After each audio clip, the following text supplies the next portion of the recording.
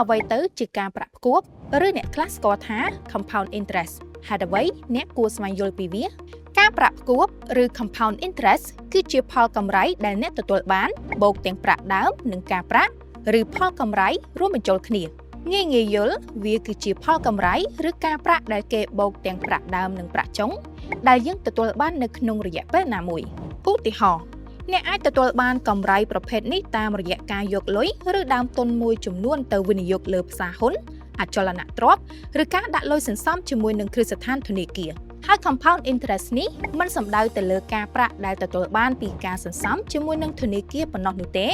ប៉ុន្តែក៏អាចជាកម្រៃឬផលចំណេញដែលទទួលបានពីការវិនិយោគផ្សេងៗផងដែរកាន់តែសំខាន់នោះគឺវាក៏ជាគន្លឹះឬការសន្សំមួយដែលជួយបង្កើនទ្រព្យដល់អ្នកកាន់តែច្រើនធ្វើដោយបណ្ឌិតទើបអាចទទួលបានកម្រៃឬការប្រាក់ផ្គប់នៅពេលវិនិយោគឬដាក់លុយសន្សំជាមួយនឹងគ្រឹះស្ថានធនាគារហេតុអ្វីបានជាការវិនិយោគបែបនេះចំណេញជាងការវិនិយោគឬការសន្សំបែបធម្មតាដើម្បីងាយយល់យើងសាកមកប្រៀបធៀបទាំងអស់គ្នាបើអ្នកដាក់សន្សំដោយប្រើគណនីមានការកំណត់ដោយយកលក្ខខណ្ឌបិទគណនីដោយស្វ័យប្រវត្តិឬនៅតែបន្តប្រាក់ដើមនៅចុងគ្រាធនាគារនឹងគិតការប្រាក់តែប្រាក់ដើមតែប៉ុណ្ណោះឧទាហរណ៍អ្នកដាក់សន្សំចំនួន$100ជាមួយនឹងអត្រាការប្រាក់ 5% ចំនួន5ឆ្នាំឆ្នាំទី1 $100គុណនឹង 5% ស្មើនឹង$5ឆ្នាំទី2 $100គុណនឹង5% ស្មើ$5ឆ្នាំទី3 $100គុណនឹង5% ស្មើនឹង$5ឆ្នាំទី4 $100គុណនឹង5% ស្មើ$5ឆ្នាំទី5 $100គុណនឹង5% ស្មើ$5អ្នកទទួលបានការប្រាក់សរុប$25ឧទាហរណ៍អ្នកដាក់សន្សំចំនួន$100ជាមួយនឹងអត្រាការប្រាក់ 5% ក្នុងមួយឆ្នាំចំនួន5ឆ្នាំដោយយកលក្ខខណ្ឌបន្តប្រាក់ដើមបូកនឹងអត្រាការប្រាក់ឆ្នាំទី1 $100គុណនឹង 5% ស្មើនឹង$105ឆ្នាំទី2 $105គុណនឹង 5% ស្មើនឹង$110.25ឆ្នាំទី3 $110គុណនឹង 5% ស្មើនឹង$115.76ឆ្នាំទី4 $115.76គុណនឹង5% ស្មើនឹង$121.54ឆ្នាំទី5 $121.54គុណនឹង5% ស្មើនឹង$127.61អ្នកទទួលបានការប្រាក់សរុប$27.61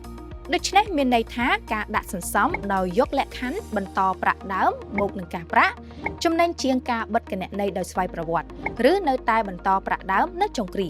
តិចនិចមួយដែលអ្នកនឹងទទួលបានកម្រៃច្រើនពីការប្រាក់ផ្គប់ដោយដាក់សន្សំជាមួយនឹងធនាគារគឺអ្នកដាក់សន្សំរយៈពេលកាន់តែវែងអ្នកនឹងកាន់តែចំណេញដោយសារការប្រាក់គេគិតផ្គប់ឬបូកទាំងប្រាក់ដើមនិងការប្រាក់និងវិធីសាស្ត្រមួយទៀតគឺដោយសារគណនីមានការកំណត់នេះអ្នកមិនអាចដាក់លុយថែមទៀតបាននោះទេដូច្នេះអ្នកអាចបើកគណនីប្រភេទនេះជារៀងរាល់ខែបានហើយដាក់លុយសន្សំទៅតាមលទ្ធភាព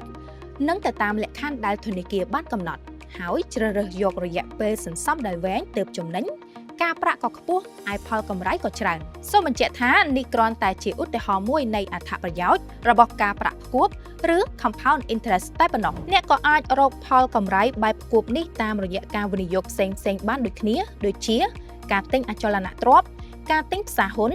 ឬការយកលុយទៅវិនិយោគលើអាជីវកម្មផ្សេងៗធ្វើយ៉ាងណាក៏បានឲ្យតែលុយរបស់អ្នកកើនទាំងប្រាក់ដើមឬប្រាក់ទុននិងផលកម្រៃឬការប្រាក់តែកុំភ្លេចថាការវិនិយោគតែងតែមានហានិភ័យដូច្នេះសូមវិនិយោគដោយការប្រុងប្រយ័ត្ននិងសិក្សាឲ្យបានច្រើនការវិនិយោគដែលអាចឲ្យកម្រៃផ្គប់បែបនេះស័ក្តិសមសម្រាប់អ្នកដែលចង់សន្សំឬវិនិយោគរយៈពេលវែងដូចជាសន្សំសម្រាប់ចូលនិវត្តន៍ទិញផ្ទះឬការសិក្សាកូនៗនៅចាំអីទៀតចាប់ផ្ដើមសន្សំពីឥឡូវនេះ5ឆ្នាំ10ឆ្នាំឬ20ឆ្នាំក្រោយអ្នកនឹងរីករាយជាមួយនឹងលទ្ធផលនៃការសន្សំរបស់អ្នក